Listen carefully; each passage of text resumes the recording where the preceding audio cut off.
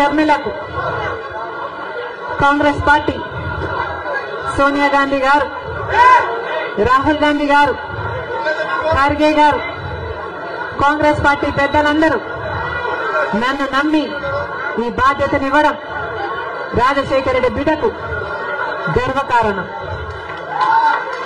మరొక్కసారి చేతులు జోడించి ఇంత బాధ్యతను, ఇంత నమ్మకాన్ని నా మీద ఉంచినందుకు మరొక్కసారి కృతజ్ఞతలు చెప్పుకుంటుంది రాజశేఖర రెడ్డి బిడ్డ. ఆంధ్ర రాష్ట్రానికి చెందిన ఇంతమంది నాయకులు, ఆంధ్ర రాష్ట్రానికి చెందిన ఇంతమంది కాంగ్రెస్ నాయకులు, కాంగ్రెస్ నమ్మకస్తులు,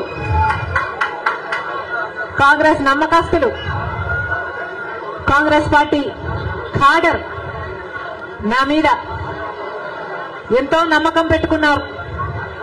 నేను రావాలని కాంగ్రెస్ పార్టీ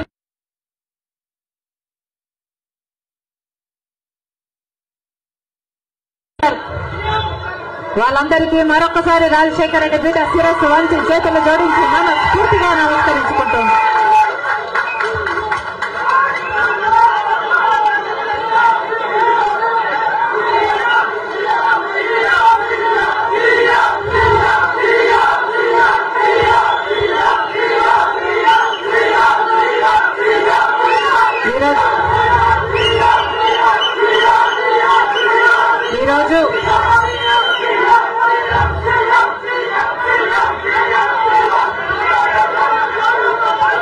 ఈరోజు ఒక్కసారి మీకు తెలియని విషయం కాదు, మీడియాకు తెలియని విషయం కాదు, ప్రజలకు తెలియని విషయం కాదు. కానీ గత 5 సంవత్సరాలుగా ఆంధ్ర రాష్ట్రంలో యువజన, శ్రామిక, రైతు కాంగ్రెస్ పార్టీ అధికారంలో ఉంది. అంతకుముందు 5 సంవత్సరాలు తెలుగుదేశం పార్టీ అధికారంలో ఉంది. ఈ 10 సంవత్సరాలుగా రాష్ట్రంలో అభివృద్ధి జరిగిందా అంటే ఏమిటి సమాధానం? మన రాష్ట్రం ఏర్పడే నాటికి మన రాష్ట్రానికి ఉన్న అప్పులు 1,00,000 కోట్లు. చంద్రబాబు గారు ముఖ్యమంత్రి అయిన 5 సంవత్సరాలకి ఆయన చేసిన అప్పులు 1,00,000 కోట్లు. ఆ తర్వాత వైసీపీ ముఖ్యమంత్రి జగన్ రెడ్డి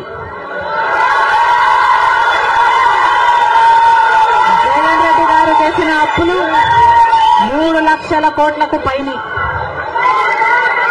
మొత్తంగా ఈరోజు అప్పులు 6.5 లక్షల కోట్లు.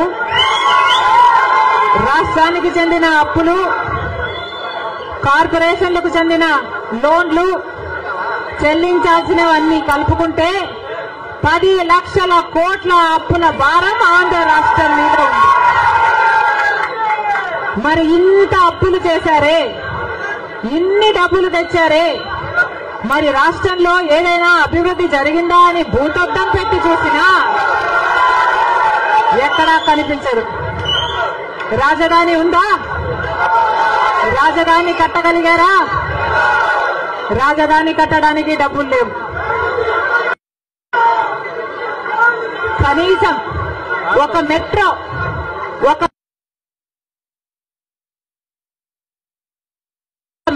అయినా ఉందా? ఆంధ్ర రాష్ట్రంలో ఒక్క మెట్రో అయినా ఉందా? విజయవాడలో కనీసం ఒక్క మెట్రో అయినా ఉందా? ఎక్కడా లేదు, కనిపించదు. 10 సంవత్సరాలలో కనీసం 10 కొత్త పెద్ద పరిశ్రమలైనా వచ్చినాయా? రాలేదు. పరిశ్రమలు వస్తే మన బిడ్డలకు ఉద్యోగాలు వచ్చేవి. వచ్చినాయా మన బిడ్డలకు ఉద్యోగాలు? రాలేదు. కనీసం రోడ్లు వేసుకోవడానికి కూడా డబ్బులు లేవు ఆంధ్ర రాష్ట్రంలో. కనీసం ప్రభుత్వ ఉద్యోగస్తులకు జీతాలైనా సమయానికి ఇస్తున్నారా? దానికైనా